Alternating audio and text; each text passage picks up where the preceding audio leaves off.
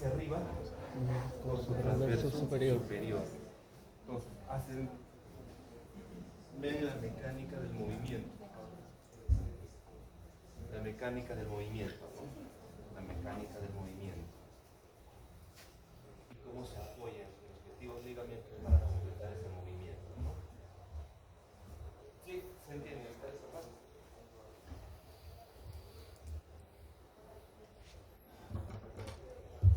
A nivel anterior también vamos a tener algunos ligamentos de la unión costoesternal. Ahí tenemos los ligamentos esternocostales radiados que van a permitir fijar el cartílago condral directamente con el cuerpo esternal, ¿no? Con las distintas cisuras que hay en el cuerpo esternal. Entonces ahí tenemos un resumen de todas las articulaciones, tanto anteriores como posteriores.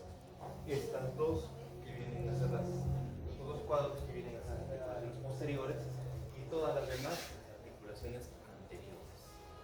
Entonces, si hacemos un repaso, ¿cuáles son las articulaciones anteriores de la caja torácica? Todas las que tienen que ver con el esternón. ¿Cuáles serán? Costo esternal. Costo esternal. ¿Qué más? Condroesternal, condrocostal, intercondral. ¿Sí? ¿Qué más tendremos? Externo, clavicular. También tendremos las articulaciones propias de lo que viene a ser el esternón, que es la manubrio esternal, manubrio cuerpo esternal, y la sifo esternal. Entonces, el mismo esternón nos genera dos articulaciones, ¿no? Propias, que son su manubrio con cuerpo y son el cuerpo con las polos.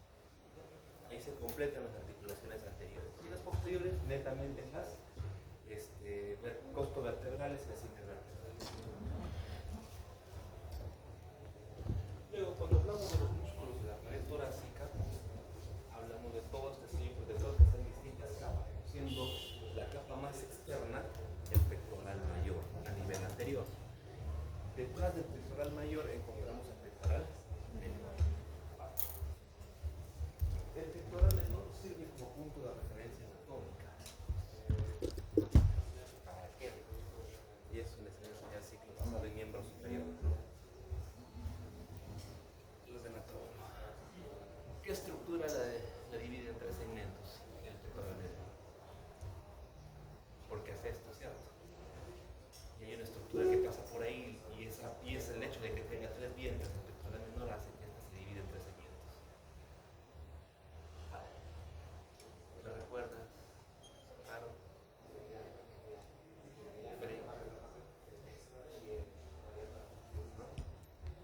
Una arteria. Subclavian. No,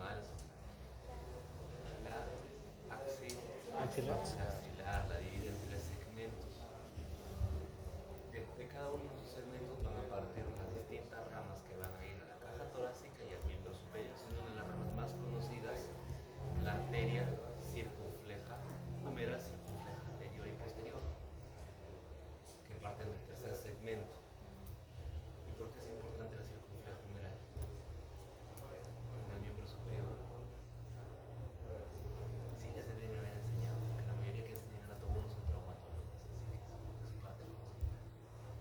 ¿Por qué es importante la arteria circunfleja?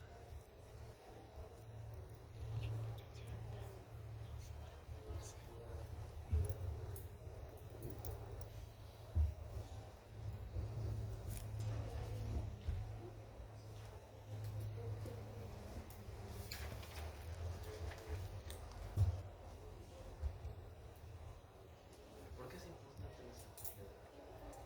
¿Qué parte del húmero rodea? La cabeza. El cuello quirúrgico humeral. Cuello quirúrgico humeral. ¿Y por qué es importante el cuello quirúrgico humeral? ¿Por qué le llaman cuello quirúrgico? Porque ahí se hacen la mayoría de cirugías. La mayoría de procedimientos quirúrgicos, sobre todo el reemplazo del epífisis del hueso, se realiza tomando como referencia el cuello quirúrgico. Y para que tú encuentres el cuello quirúrgico, tomas como punto de referencia a la circunfleja, porque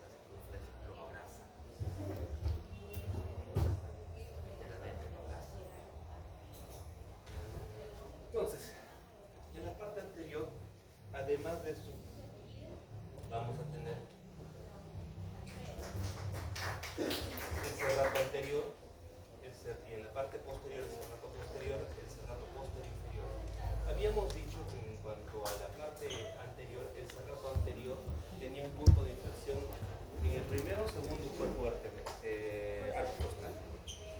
Recuerda que los atípicos, uno tenía inserción con el escaleno y el otro tenía inserción con el serrano anterior.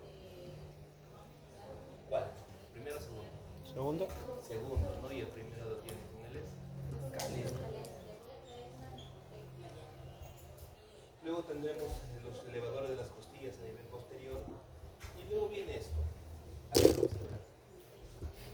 Vienen los intercostales. Son un grupo particular de músculos. ¿Por qué un grupo particular de músculos? Porque en el espacio intercostal hay tres músculos. Los intercostales externos, los intercostales íntimos y los intercostales internos. ¿Esto por qué es importante? Porque en estos espacios, sobre todo entre el intercostal interno y el íntimo, se van a encontrar los vasos intercostales. Vasos intercostales. Vena, arteria y nervio. Intercostal. Aquí es donde se va a formar lo que les dije. Si nosotros vemos el borde inferior, es el que tenía sus cortaduras, ¿cierto? Cada vez vamos a tener varios vasos intercostales. En el borde superior, los vasos intercostales, como no están dentro de la costilla, no están detrás de la costilla, van a estar encima.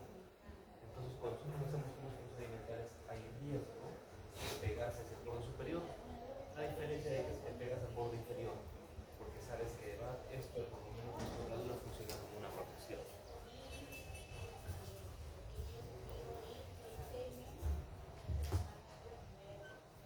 También existen los subcostales y el transverso del tórax, que tienen todo el resumen de los músculos de la pared torácica. En cuanto a la irrigación de la pared, aquí hay una división. Hay una irrigación de la pared anterior y una irrigación de la pared posterior. En la pared anterior, los músculos, las arterias que lo irrigan son las arterias intercostales anteriores.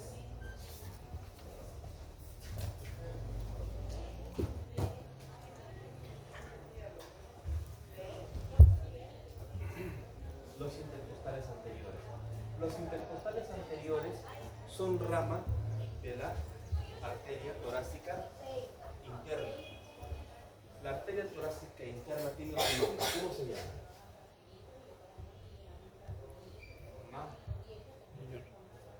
La arteria la mamaria interna, ¿no? Torácica interna o mamaria interna. ¿Dónde nace? En la subclavia. ¿Dónde nace? En la subclavia. Es su primera rama en el sentido caudal, en el sentido distal. Recuerda que tenemos una rama cefálica. La primera era la vertebral, la segunda era el tronco tiro cervical. ¿Recuerdan cuando vimos tronco tiro cervical, tiroidea inferior, laringe inferior? ¿Sí? Acá es al revés. Para abajo tenemos lo que es la torácica interna, mamaria interna, la cual nos va a generar las intercostales anteriores. Hasta ahí. Luego también tenemos una irrigación posterior. En la irrigación posterior tenemos las intercostales posteriores. Y las intercostales posteriores, ¿de dónde son ramas? De la aorta torácica descendente. Entonces tenemos dos lados por donde ver la irrigación. ¿Sí? ¿Se entiende esa parte, verdad?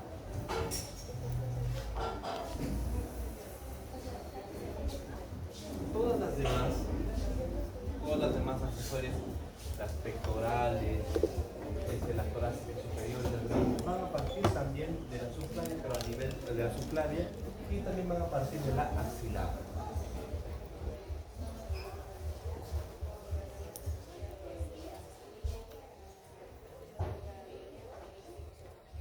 Entonces, aquí tenemos, en resumen, las intercostales posteriores provienen de la aorta torácica descendente. Literaturas como el MUR indican de que en medio hay un puente entre arterias. Este puente viene a enlazar las intercostales supremas. Luego las intercostales anteriores, la torácica interna, las subcostales, las intercostales anteriores, la torácica interna, provienen netamente de lo que es la intercostal de la torácica interna y la torácica interna de la subclavia. En cuanto a las subcostales son una rama de la aorta torácica descendente. Entonces, Cuando vemos las ramas de la aorta torácica descendente van a irrigar la caja torácica en su parte posterior, tenemos las intercostales posteriores y hacia abajo las subcostales. ¿Hasta ahí alguna pregunta en cuanto a la irrigación? ¿No?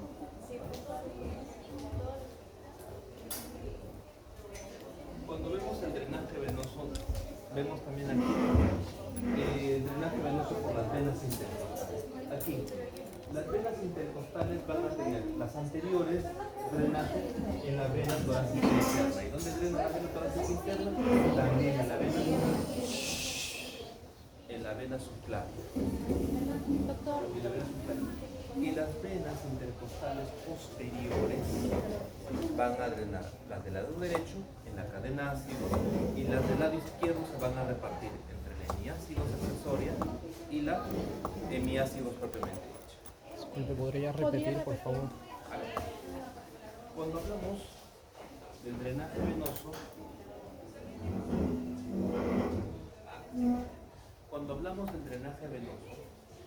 las venas intercostales anteriores, al igual que las arterias, también van a drenar en la vena torácica interna. ¿Y la vena torácica interna dónde llega? A la vena subclavia. Las venas intercostales posteriores van a drenar las del lado derecho en la cadena ácidos, que viaja en paralelo a la columna, cadena ácidos. Y las del lado izquierdo se van a repartir entre la hemiácidos accesoria, que es la más superior, y la hemiácidos propiamente dicha, que es más inferior. Finalmente, sea en cualquiera de ellas, el drenaje venoso final termina siendo en la vena cava superior. ¿Se entiende? ¿Sí?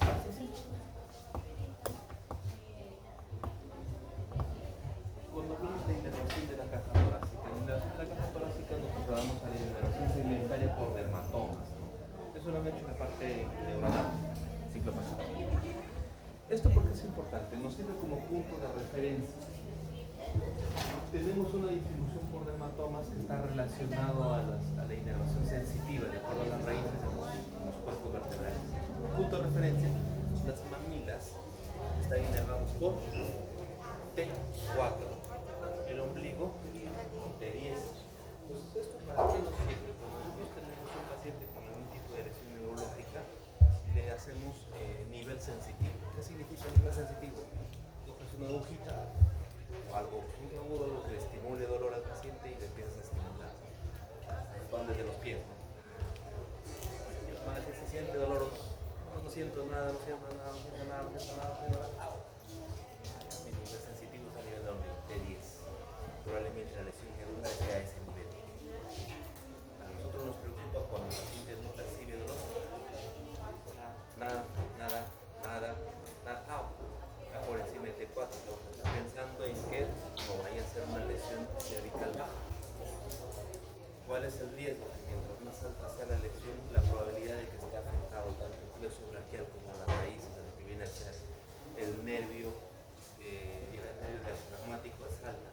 Y si eso está pasando, no te preocupes porque el paciente va a entrar en parálisis muscular. El paciente está tranquilo, está despierto, no hay nivel sensitivo hacia arriba, lo que tengo que hacer es intubarlo. Así esté despierto, así esté consciente. Tengo que llevarlo a intubar. ¿Por qué? Porque como la lesión es alta, en cualquier momento la poca inervación que le quede o accesoria va a agotar el músculo respiratorio, va a entrar en paro. Entonces, para evitar eso, que hacemos? Protegemos la vía aérea. Protegemos la vía aérea cuando lo intubamos. Entonces, esto es lo que hacemos cuando tenemos el una parálisis ascendente, la evaluación diaria significa evaluar nivel sensitivo, ver hasta dónde ha avanzado la parálisis. Si la parálisis ha avanzado por encima de T4, yo tengo que estar pensando en que este paciente me va a ir a un problema respiratorio. Entonces ven como aquí se ve la parte anatómica, se va estimando el lugar del daño, va mapeando el lugar del daño. ¿Qué más? También tenemos la vía sensitiva, una parte de la vía sensitiva, también tenemos la motora. En la vía motora vemos que ambas fibras van a llegar a lo que es la médula espinal, ya que ustedes recordarán de su anatomía que la médula espinal tiene una sustancia gris y una sustancia blanca, siendo la sustancia gris la porción central y la sustancia blanca la porción periférica. La parte sensitiva, sensitivo motor a nivel de la sustancia gris, ¿en qué astas están ubicadas? La asta anterior, ¿qué será? Sensitivo motor. ¿Y la asta anterior? Motor. Anterior motor. Sensitiva. Sensitiva, ¿no? Y aquí vamos a la división de las láminas de Rexen, ¿sí? ¿Se acuerdan? Láminas de Rexen, 10 láminas. ¿Sí? ¿Se recuerdan? 10 láminas. De esas 10 láminas, datos importantes que nos van a servir siempre. ¿Dónde se ubica la formación del dolor? Sobre todo la del máximo dolor. El dolor la transmisión que te salva la vida. ¿Qué fibra? ¿Qué hace?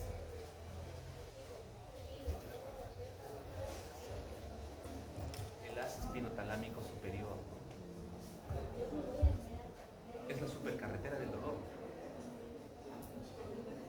Lámina recta número 5.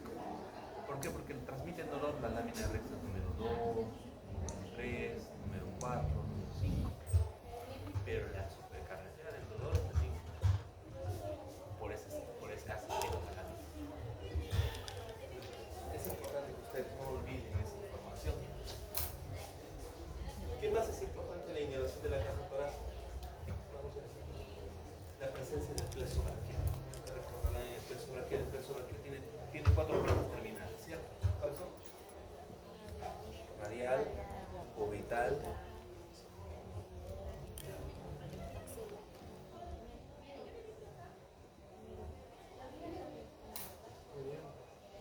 medial, ¿qué más? Músculo cutáneo, ¿no? Son sus 4 ramas terminales. Sin embargo, para la caja torácica lo que nos interesa son las ramas intermedias y las ramas primarias.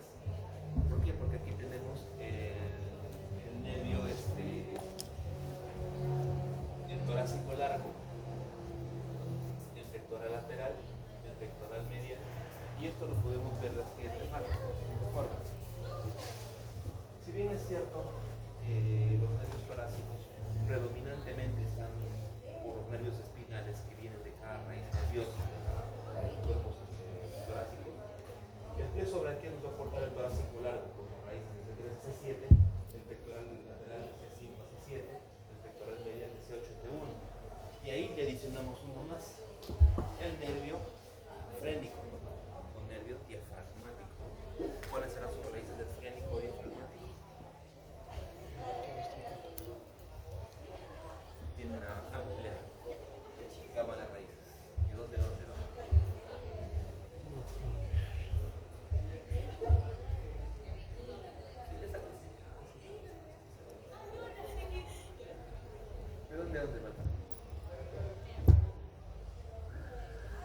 Se considera que puede ir de C1 a C5 o C2 a C5. ¿Por qué preocupa eso? Nosotros imagínense que hay una lesión medular a nivel de C1, C2, C3, C4, C5. ¿Qué podría pasar? No solo se paraliza la musculatura respiratoria accesoria, sino también se paraliza el diafragma, convirtiendo esta caja móvil en una caja rígida. Entonces, ¿quiénes se lesionan de forma traumática? Es una lesión muy frecuente de moto. Es una lesión muy frecuente de moto. Y ni siquiera del chofer, del pasajero de la moto. ¿Por qué? Porque es una colisión, sobre todo en las colisiones frontales, que es lo que pasa con el pasajero, sale eyectado. Y la caída más frecuente es lesión cervical. La caída de cabeza y la lesión cervical. ¿Quiénes más sufren este problema? Los que van en vehículo a alta velocidad. Y hay un implanto frontal o un implanto por alcance, se llama por alcance, y hacen esto. Latigazo cervical. Esa hiperextensión también genera lesión medular.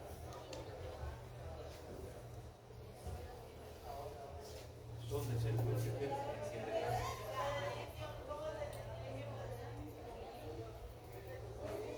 Entonces, es un poco lo que decía con el tema de los casos intercostales de tema procedimental. Cuando hablamos de pleura, hablamos de esta membrana serosa que está constituida por una hoja monocelular o mesotelio. Y vamos a encontrar esta misma estructura histológica tanto en la pleura, en el peritoneo, en el pericardio. Estas tres estructuras están compuestas por mesotelio, que es una hoja monocelular, va a tener dos hojas, ¿no? Visceral y parietal, y van a cubrir las estructuras intratorácicas. La visceral envuelve el parénquima pulmonar y sus respectivas fisuras. Significa que esta va a estar envolviendo lentamente el parénquima. Y la parietal va a recubrir lo que es la caja torácica, el intestino y el estómago. Ahora, entre ambas hojas se va a generar un espacio, el espacio pleural. El espacio pleural es un espacio virtual, es un espacio real. ¿Será virtual? Es un espacio real. ¿Por qué es un espacio real? Hay Porque líquido. está ocupado por líquido. Líquido surfactante. Habitualmente tenemos que tener líquido pleural circulante, porque ese líquido pleural va a ser, ¿qué va a permitir? Va a permitir el roce, va a permitir esa fricción entre pleuras. ¿Qué pasaría cuando ese líquido no existe? ¿Qué pasaría con las pleuras? Rosa. ¿Y qué pasa cuando dos estructuras rosas se inflaman? Y en un proceso inflamatorio crónico, ¿qué va a pasar? Se van a adherir, se adhieren. Entonces, ¿qué pasaba antes con la tuberculosis? Las pleuras se inflamaban y al entrar en contacto estas se fusionaban, hacían sinequias pleurales.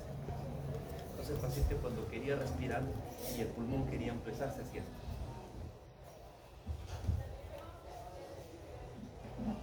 Como puertas en aceite, rozan bisagras. Entonces, ¿qué generaba esto? Que el paciente tenga un dolor muy intenso, un dolor pulsante. Eso le llaman un dolor pleurítico. Dolor pleurítico. Entonces, el paciente cuando quería inspirar hacía. Y el típico paciente que entraba en emergencia en la década de los 80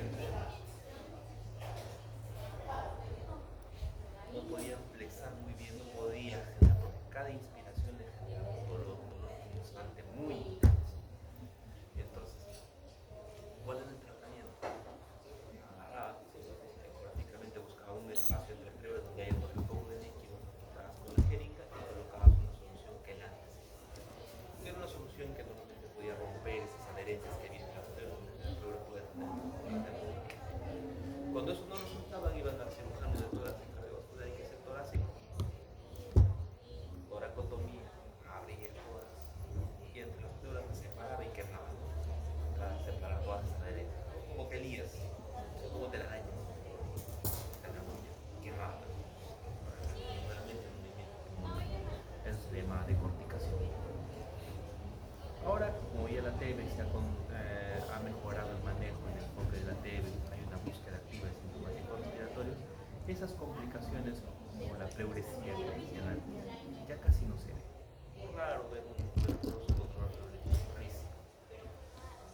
Quienes terminan haciendo problemas aquí son los pacientes que tienen infecciones de la garganta en las UCIs por infecciones atípicas de nivel pulmonar, neumonías atípicas, abscesos. Ellos terminan haciendo sinequias o adherencias pulmonares y terminan en enfermedad de complicación. Ese es el grado de importancia que hay de ese espacio pleural. Entonces, ese líquido que existe circulante ahí funciona como un lubricante. Entonces, tenemos de la pleura parietal y la pleura visceral, perdón, la pleura parietal además se va a dividir en láminas, ¿no? Y vamos a tener una lámina cervical, vamos a tener una lámina costal, vamos a tener una lámina diafragmática y luego una lámina mediastínica. Entonces, lo que ubico de cara mediastínica o cara medial.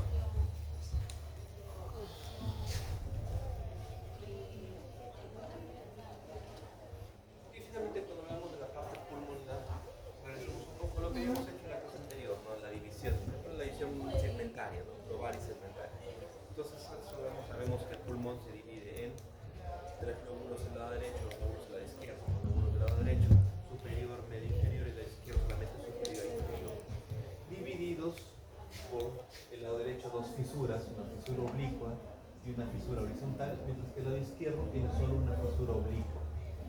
Sin embargo, por delante o en la parte cefálica de la fisura oblicua, vamos a ver sobre todo la presencia del lóbulo de la língula, que es parte de este conjunto de lóbulos sucesores. Entonces, aquí lo siguiente que tenemos que identificar es la presencia de su cara medial, ¿no? Su cara mediastínica. ¿Por qué esta cara es tan importante?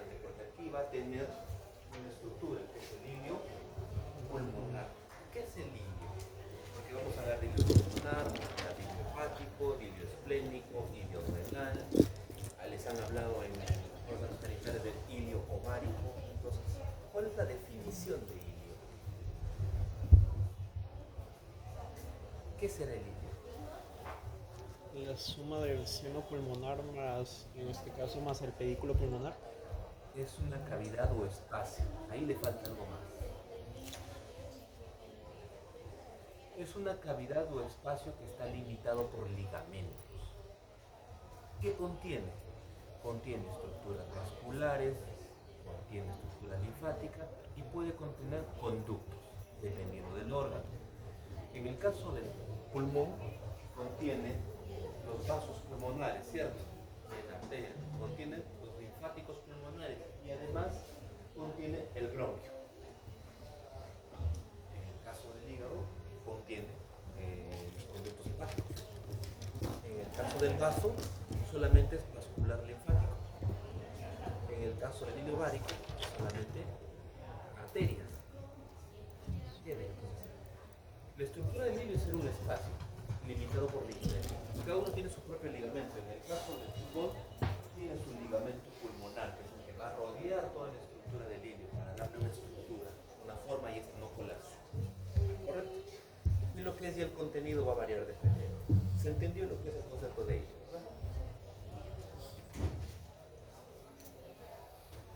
Ahí vemos la segmentación pulmonar, habíamos dicho que al lado derecho son 10 segmentos, al lado izquierdo son 8. Dentro de la segmentación pulmonar en el lóbulo superior, este se va a dividir en apical, el lóbulo posterior y el lóbulo anterior. Importante clínica del lóbulo apical porque es el lugar donde con mayor frecuencia se asientan las lesiones tuberculosas, ¿no? Famosas cavernas tuberculosas, donde se encuentran con frecuencia los lóbulos apicales y anteriores. Luego vendrá lo que vienen a ser los lóbulos medios, el lóbulo medio que tiene su estructura, el anterior lateral medial, y el lóbulo inferior que va a tener su estructura superior, medial y sus respectivas basales. Cuando vemos del lado izquierdo, el apical y el posterior son los fusionados, y en el lóbulo inferior, el basal anterior y medial son los fusionados. Es por eso que termina teniendo menos cantidad de lóbulos. Entonces tienen distintos esquemas, ¿no? Es el esquema típico de NET. ¿Me puedo reír otro tema que ya es ahorita? Fisiología práctica.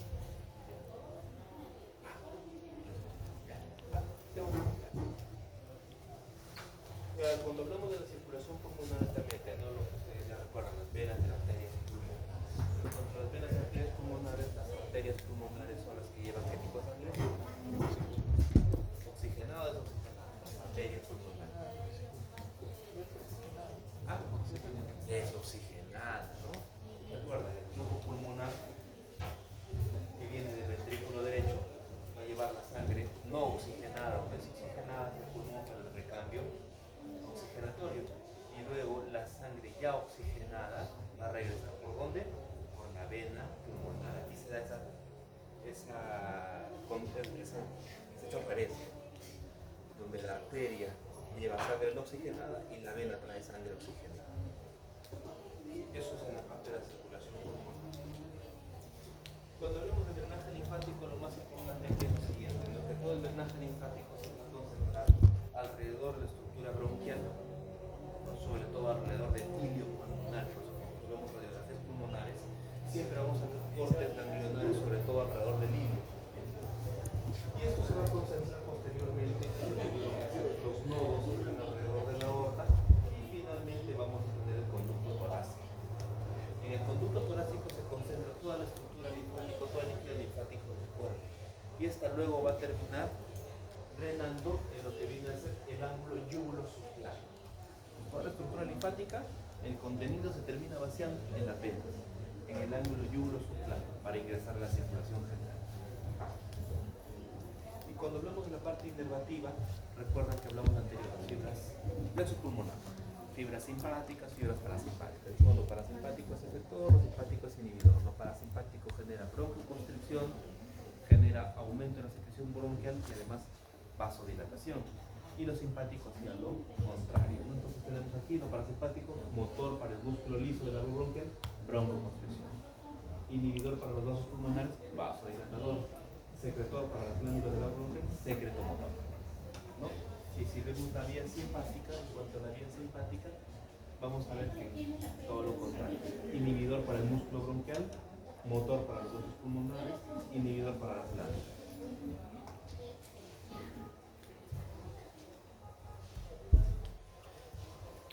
Entonces, hasta ahí.